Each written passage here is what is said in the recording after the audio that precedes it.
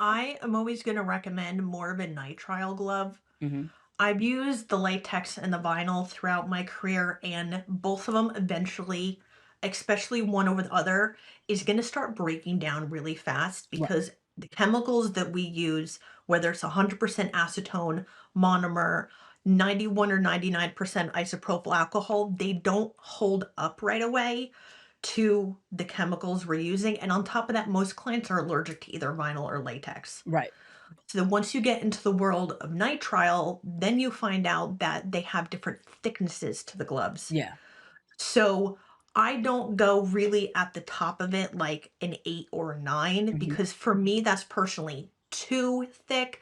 I like more of a glove thickness around like 4 or 5, Hmm. but still I want to, since we said allergies, even if you're using gloves and you're putting the product on your hand, depending on the glove thickness, the gel or the chemical can still penetrate through the layers and get to your Mm. skin. Polish in my hand, I'm ready to create each nail a masterpiece. I can hardly wait. Soft pastels or vibrant hues, each tells a tale in their artistry of nails. Nothing ever fails. With each swirl and twirl, let the magic begin in this kingdom of gloss. There's no end to the wind. Gloss on my fingertips, watch them shine bright. Painted like a canvas, colors taking flight. Feeling fierce and fabulous, I'm ready to ignite. Slaying the nail game every single night. Nails and beauty talk with Asia the Bird. Nails and beauty talk with Asia the Bird. Hello, everyone, and welcome to Nails and Beauty Talk. I am your host, Asia the Bird. Today, we have a very special guest with us today. She is a nail competitor and nail content creator. Please welcome Delia. Hello, Delia, and how are you? Hi, how are you? Thank you for having me. I'm doing well. It's great to have you. So, I want to go ahead and really ask and really kick off with things and talk about where you're originally from and tell us a little about your upbringing. I'm born and raised in New Jersey my whole entire life. I Mhm. live in more North Jersey because there's a whole thing between North Jersey, South Jersey. It's a whole separate conversation. Right. Yeah, Um, yeah, so I've born and raised in here my whole entire life. My mom is actually a licensed cosmetologist of over 45 years. yeah. Okay. So I Cool. I grew up in the beauty industry. Okay. I've seen everything, heard everything. There's nothing that doesn't shock me anymore. So, does she do it? Does she do everything like nails and hair and aesthetics, or does she do just hair? Or She's mainly focused just on the hair portion, Mhm. and I want to say 15, maybe 20 years ago, I don't remember the number, but I know it's over 15, she started not being behind the chair anymore, and she's only a cosmetology teacher. Oh, okay. Okay, that's totally understandable. So tell us about like your school experience as far as like grade school, college, or trade school, things like that. When I was in high school, I was a music geek. I loved singing in the choir. I was in color guard for the marching Oh, band. wow. So that's where you could have found me when I was in high school, just straight up 100% music geek. That Right. was that was me. But Yeah. I was also at times like quiet and shy. I always kind of kept to myself. I've always been more of an introvert over an extrovert. But if anyone gets to know me, they're like, Delia, that's not you. I'm like, well, when you get to know me, it's completely different Right, right, exactly, than, yeah. than you seeing me on social media or, or if you're just meeting me for the first time. So I kind of want to say I'm a little bit of both, but it Mhm. just depends on how well you get to know me. Yeah, yeah, yeah, yeah, totally. Now I wanna get into as far as just with the nail industry. So who or what exposed you to the nail industry? How did you first get exposed to the industry? As I said, from my mom, and Mhm. then I used to do my own nails at home back when I say back in the day, I graduated high school in 2002. So that far That back far in the back, yeah. day. Mhm. Yes, like when YouTube was just starting. Mhm. Like in terms of all social media and everything. I actually never asked my mom to buy me any products. So when I first started doing my own nails, the only thing I had readily available at that time was either nail polish or the Kiss at Home acrylic kit. Mhm. And that was it. And then when YouTube first started, it was Gemma Lambert. She, with Nao Nails at the time, she literally introduced me into Yeah. all of this. And luckily, I'm so happy I did not take any pictures of my work back then because I don't think anyone actually thought to take pictures. It No. it was insanely bad, but did I think I did good? Yes. Yeah. Mhm. Yeah, I remember the nail kits, that was popular, and things like Oh, that, especially when yes, I was it was. especially back when I was first getting into nails, like 13 or 14 years old, like, like seeing those in CVS and stuff like that, and you get them at the store and, I would practice on, like, fake nail tips and stuff like that, do different Oh, no, designs. I just went straight for it on my own hand. Yeah, yeah, This yeah, I yeah. was like, "No, I got this. I watched a video. I can do this. I'm fine." Yeah, yeah, No. yeah. No, no, no, no, no. Yeah, yeah, right, exactly, and the thing also too is that, a lot of times with nail art, back then, because like, I think when I was 14, it was like, what, 20, like that 2010 or something like that? I don't know, because then I got into high school around 2012.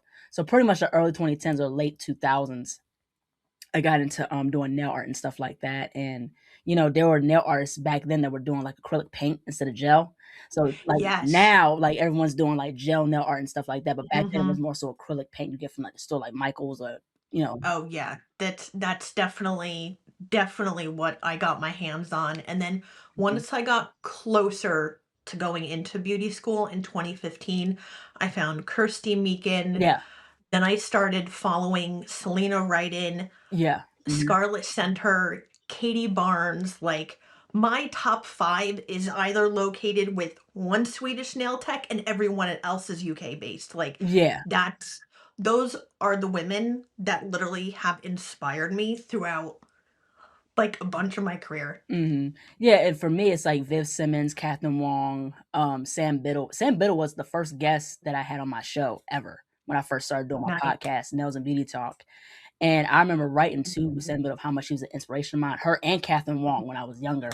I'm 29 now, but yeah, I mean, it's just crazy how, like, the people that you've admired, like these were people at the top of their game, back in like the 2010s and stuff like that, Oh especially yeah. with their experience like 10, 20, 30 years in the game. So, um, yeah, it's really interesting, and once I looked at the nail pro competition section with all the nail art and stuff, I was like, oh, people do stuff like this. I was like, oh, okay. Oh yeah. What once I saw that, I was Yeah. instantly hooked. Instantly because when I was in beauty school, I kind of really knew that most clients wouldn't want nail art. So I concentrated on shape and structure. Mhm. And I just kept going after I graduated. I took class after class after class. Yeah. And that's something about using a nail form is to, oh, like, it's.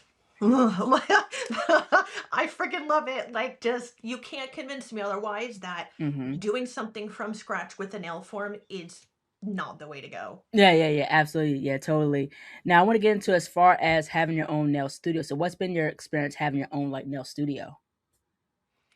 I primarily, when I was taking clients, so this is anyone is watching this, I'm going to be saying this for the first time because we said this off camera. Mhm. I have my own studio from home, and when I first started that in after 2020, it was Right. only really friends and family and kind of like people I knew. But Mhm. then all of a sudden, in the last so many years, my migraines have gotten so bad that I've Mhm. had to actually stop taking clients Wow. altogether Mhm. because I've been getting anywhere from 6 to 8, now to almost 10 migraines a month. And then I always get vertigo with my migraines and my hands start shaking. Uh-huh. So I know a client is not going to want to sit in my chair with my hand shaking, and especially if I'm holding an e-file. So unfortunately, that's I've had to put that to the back burner, and that's when I started really concentrating on content creating. I want to get into as far as nail care. So, in regards to like nail services or like people who do DIY, how important is nail care, and what are some of the common mistakes that DIYers and nail pros make when performing nail prep, in your perspective? Sometimes it's either when you're a beginner, you're DIY, you're not prepping enough, so you're under prepping or Yeah, you're over prepping. yeah, I find that it's either or, and sometimes it's when you're learning from a book or you're watching something on social media, it's hard to determine how much you actually need to prep and what is the proper prep right, without over prepping yeah, or under prepping. You need to learn to find that happy right, medium, and, luckily, when I was first starting out, was my boyfriend the guinea pig with me learning how to use an e-file? yeah, Oh, 100%. Did I do something wrong with myself or him? Yes, mhm, but I'd rather luckily, he was perfectly fine with it to the right. point that now he's like, "Can I get a manicure?" And he sits down in my chair and falls asleep. Mhm. I want to get into as far as just nail safety because that's been a huge topic of conversation, especially not only with nail prep as far as that type of safety, but also nail safety in regards to nail products. Of course, we've heard about like nail narrative, speak about beetles, and also the nail babe talk about a couple brands and review other brands and their products, and especially with the safety SDS sheets. So you mentioned the importance of finding the right gloves working with nail products, and it's something that you've mentioned in one of your videos. What type of gloves do you recommend for nail pros and why? I am always gonna recommend more of a nitrile glove. Mhm. I've used the latex and the vinyl throughout my career, and both of them eventually, especially one over the other, is gonna start breaking down really fast Right. because the chemicals that we use, whether it's 100% acetone, monomer, 91 or 99% isopropyl alcohol, they don't hold up right away to the chemicals we're using. And on top of that, most clients are allergic to either vinyl or latex. Right. So then once you get into the world of nitrile, then you find out that they have different thicknesses to the gloves. Yeah. So I don't go really at the top of it like an 8 or a 9 Mhm. because for me that's personally too thick. I like more of a glove thickness around like 4 or 5, Mhm. but still I want to, since we said allergies, even if you're using gloves and you're putting the product on your hand, depending on the glove thickness, the gel or the chemical can still penetrate through the layers and get to your Mm. skin. Wow. So that's when you need to make sure that you're investing in the right type of gloves, making sure the thickness is fine, but still use a palette. Right. Like, I have a silicone work surface that I use, or I have a little, one of those thumb rings, or I have a tiny little circle palette. So I've Mhm. gotten into the habit of doing that and trying not to put the product directly on my gloves anymore. Mhm. Yeah, it's very interesting because I don't see a lot of people talking about, the type of glove you should wear as far as like nail products and stuff like that. Especially considering, people have talked about again, like with the nail allergies and stuff like that, like nail product safety and things like that. Especially in regards to like, HEMA and TPO. That's been a huge topic as of recently in terms of like, products being TPO free or HEMA free or how much HEMA is in it. So yeah, so that's something that I've never really seen a lot of people touch on was gloves. Yeah, it's when it comes to allergies, I do suffer from my own, Mhm, but my allergies is not actually from a skin related allergy. Mine is actually with my sense of smell. So mine affects my sinuses. mhm, Mine is almost similar to the dip flu, but instead of using dip products, it's gel related. So I wow, have the same exact type of symptoms that you would with the dip flu, but it's with the odor of gel products. mhm. I wanna get into as far as just nail education. So what is your perspective on nail education just in general? Like, do you think that there's miseducation in regards to nail product education or just nail education in general as far as, like, techniques, nail art, things like that? Like, what's your perspective on that? In terms of nail education, I'm gonna go back to beauty school for a second with this. Mhm, I think that all in the US in general, we need more of a unified based hour system Yeah, because we fluctuate so much from state to state. that's You true. have nail techs that learn an insane amount of stuff because they're lucky enough that their teacher is a licensed nail tech. Then you have some states that New Jersey only requires a licensed cosmetologist to teach. Right, That licensed cosmetologist may have not done nails a day in their life. right, And the only thing that they know nail based is from the Milady Standard textbook. And then you have the complete down at the bottom where you have almost 100 or 125 hours to learn. And then you have states that don't require continuing education. So we're so up and down with our education that it's not unified enough for everyone to learn the same thing across all 50 states. And I find that that needs to get fixed first yeah. over anything else. Yeah, I think that's a very interesting point because there it is a fluctuation of hours because here in Maryland it's 250 for a nail tech license. And I think Florida is like 600 hours or something like that. Actually, Florida is 100 or 150 now. Oh wow, really? Yeah. I thought it was I 600 or something like that. No, I know. I think Nevada is 600. Like Nevada and California, Hmm. I think are 600 or somewhere around there. New Jersey is 300. I know New York is 250. So Yeah. we're literally all over the place. Yeah, yeah, it's just really, really crazy. Yeah, if it's just like a standard, if there's like a whole, it's like one solid system of like licensed cosmetologists and nail tech and things like that, or like esthetician or whatever it is. I think that would be a lot easier because like even with Maryland, it's 1,500 hours for licensed cosmetologists. I'm a licensed cosmetologist, so um, yeah, definitely there has to be more consistency with that, but also too there has to be more in depth as far as just with the nail industry and what's like in the what's out now, especially with different services or education in terms of gloves, safety, especially Yeah. allergies, stuff like that.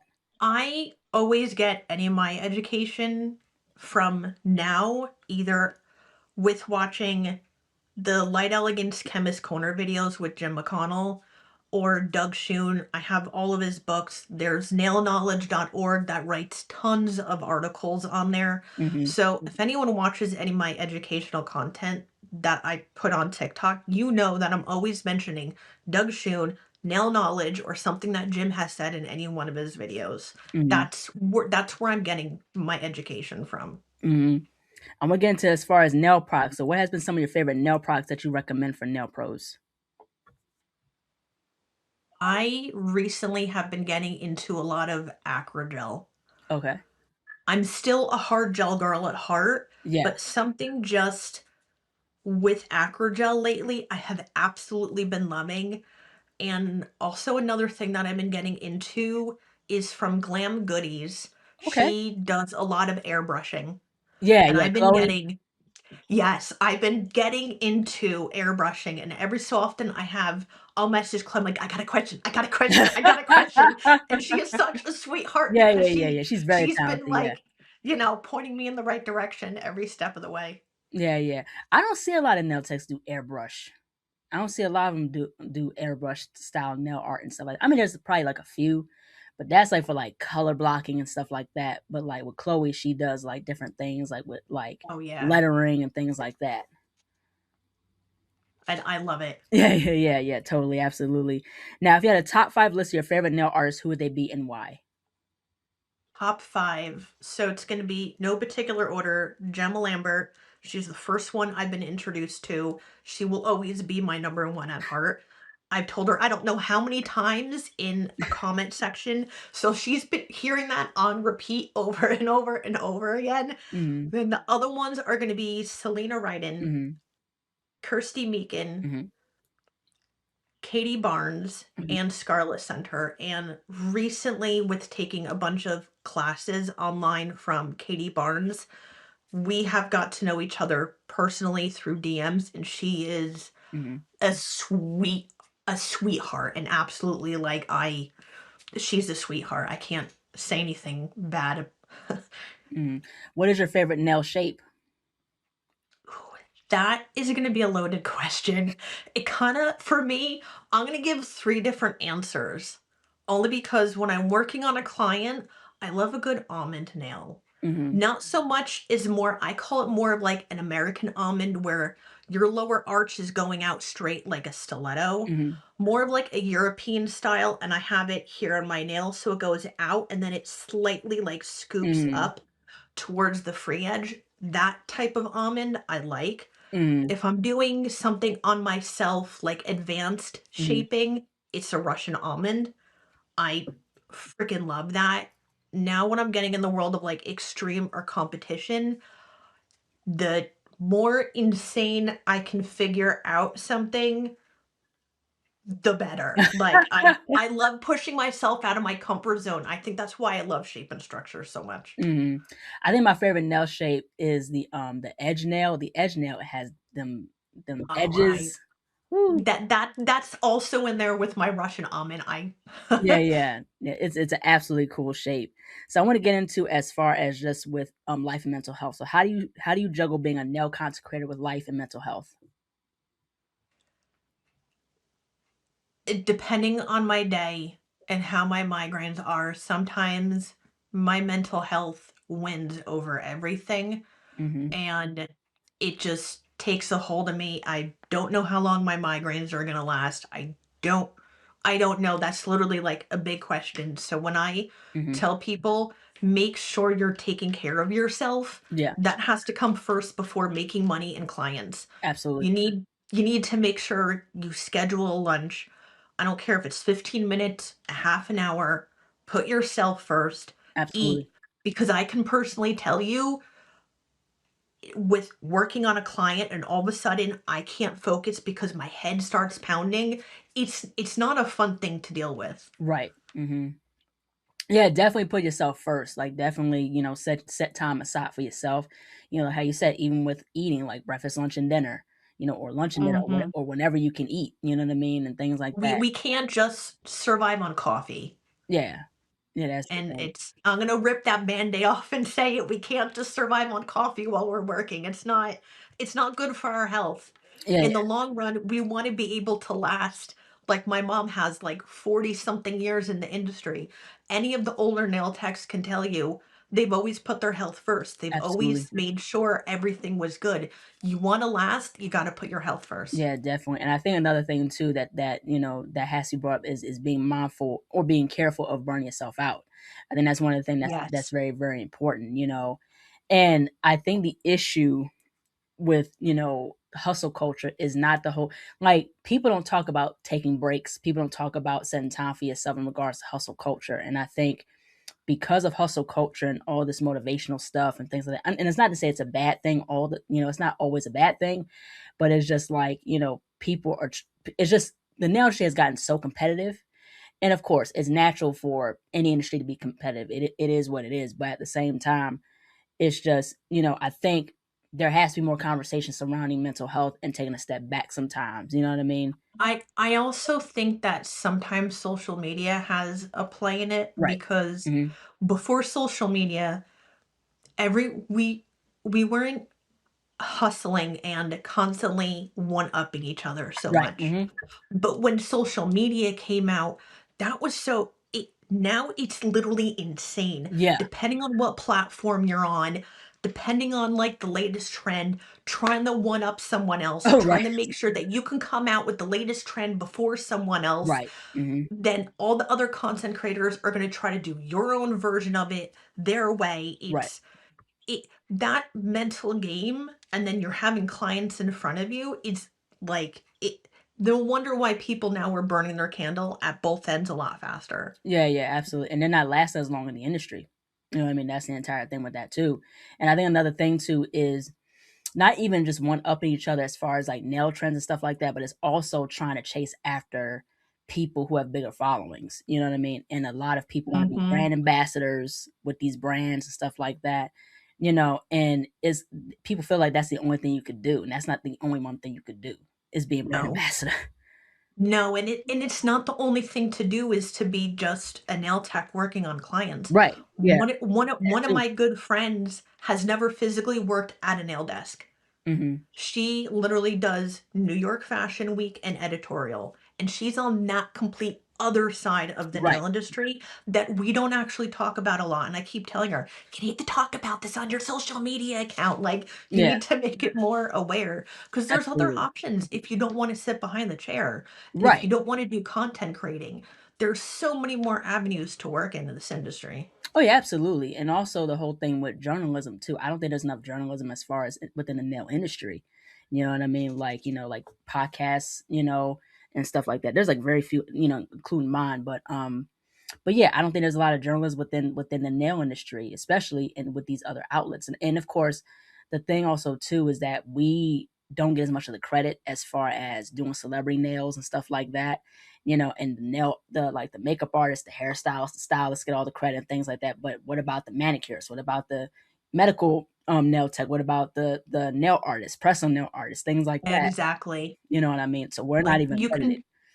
you can scroll around on your favorite celebrities stuff and every single time when you see like a headshot or any nice photo, you're going to see very rarely a nail tech is listed. I will say though, and not a lot of the people that I do see credit their nail techs are ones that are using press-ons, and a lot of people in the drag community will actually credit the nail techs. Yeah, yeah, I yeah. don't see a lot of Right. celebrities, but I do see a lot of Yeah, people in drag queens. drag Yeah, yeah, yeah.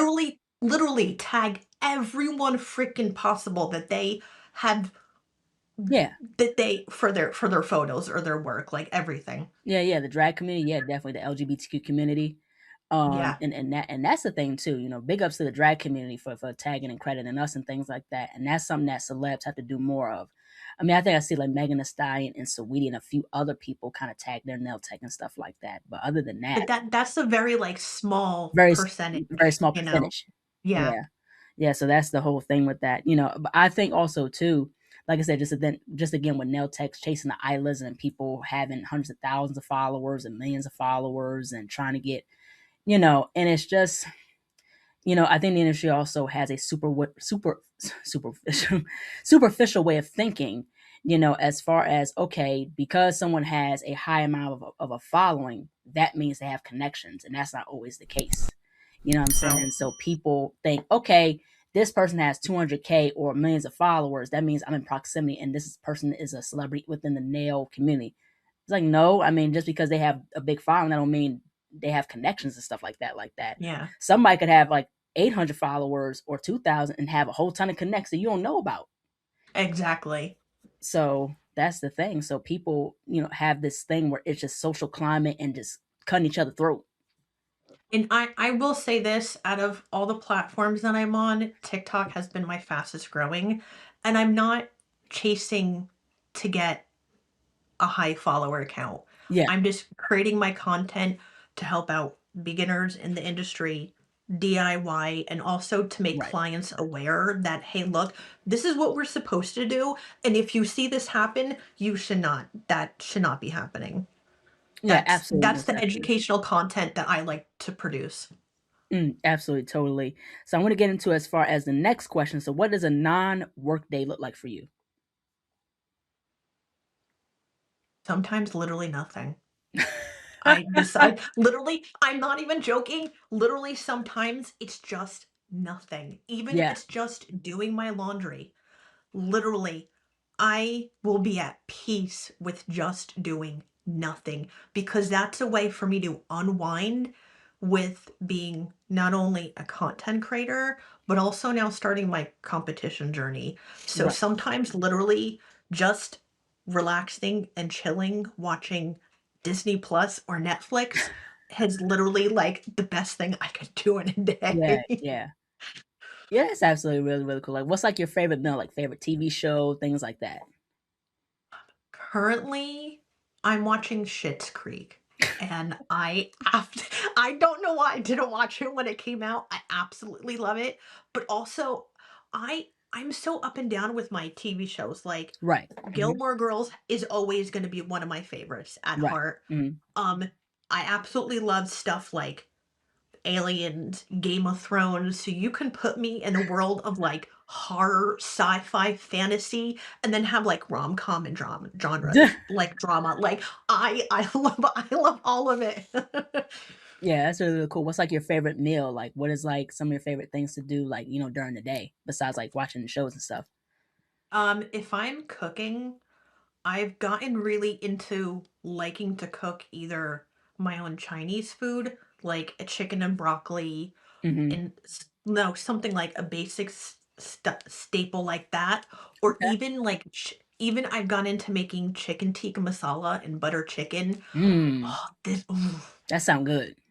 Oh, it's definitely yes. I put a little bit of kick with the spices in there, and sometimes my boyfriend looks at me going, this is like, what are you trying to do to me? This is too spicy." I'm like, I'm good. Like, look, I cooked it for my taste level." Yeah, yeah, yeah. Right, exactly. Yeah, that's the whole thing. But I also want to get into as far as the nail competing journey. So, how has that been like for you?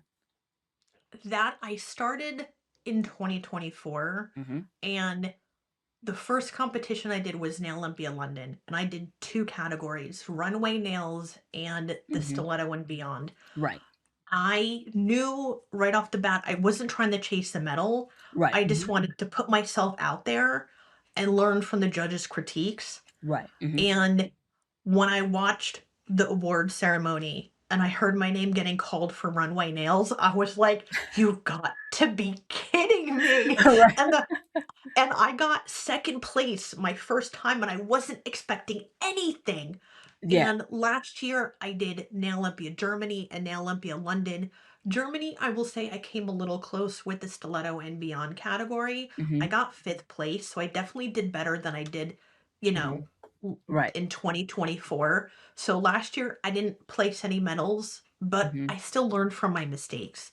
And that's the one thing that I like about starting to compete is one, you're definitely pushing yourself out of your comfort zone, and you know you're not going to do any of this on clients, Right. but when you're in that world of competing and you learn to do things a completely different way. Right. Hmm. You learn at your you look at your salon style nails with your clients and you're like, "Oh, I'm making a mistake here. I'm making a mistake there. I need to fix this. Right. This Hmm. looks good." So you look at everything so differently. It's I love the fact that I started. Mm, yeah, yeah, yeah, totally. Once you start, you gain experiences of like how the judging goes, doing different Yes. themes and stuff like that. I've competed myself. I've competed in Nail Olympia online. I won like third place for like mixed media. I think I won a medal for that. I didn't expect that either. I also competed in Nails Next Time Nail Artist. That was hard. I mean, it was a good I experience, but it was yeah, hard. You know what I'm saying? So definitely it's a very good experience to have and good exposure too. I definitely agree 100%. Yeah, totally. So I want to get into as far as the next question. So, if you can offer one valuable piece of advice for up and coming nail techs or DIYers or anyone in the nail community space, what would it be? I'm definitely gonna say when you're starting, learn how to do your prep correctly. Hmm. That's one thing. Learn how to do that. Don't forget to put your health first, especially if you're a beginner nail tech and Right. you're starting out with clients. Don't be afraid to tell a client that's out of my comfort zone. Don't be afraid to say yes, yes, yes, yes, yes to a client all the time and the client's upset. Most of the time, clients are going to want to hear, "I can't do that. Can we try that next time? Let me practice that." Clients like the honest, how when we're honest and we upfront and saying, This is out of my comfort zone. Let me practice this. Let me try it next time." And don't forget your continuing education classes. Even if you're DIY, there still are plenty of nail techs out there that will help any DIY out there through any step of doing their own nails at home. Hmm. Yeah, absolutely, most definitely. So, last but not least, where can people find you on social media, and how can people support you and your content?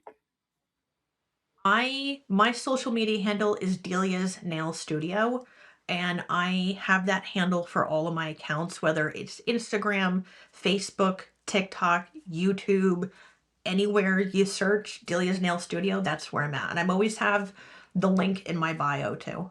All right, that's absolutely incredible. Well, thank you so much, Delia, for jumping on. I appreciate this conversation. Such a lovely time getting to know you and what you do and your experiences and also your perspective and insight within the nail industry and community as well. So keep up what you're doing. And just thank you so much for this lovely Thank you. conversation. Thank you so much, Asia. It was a pleasure. Yeah, absolutely. Take care. Bye. Bye-bye.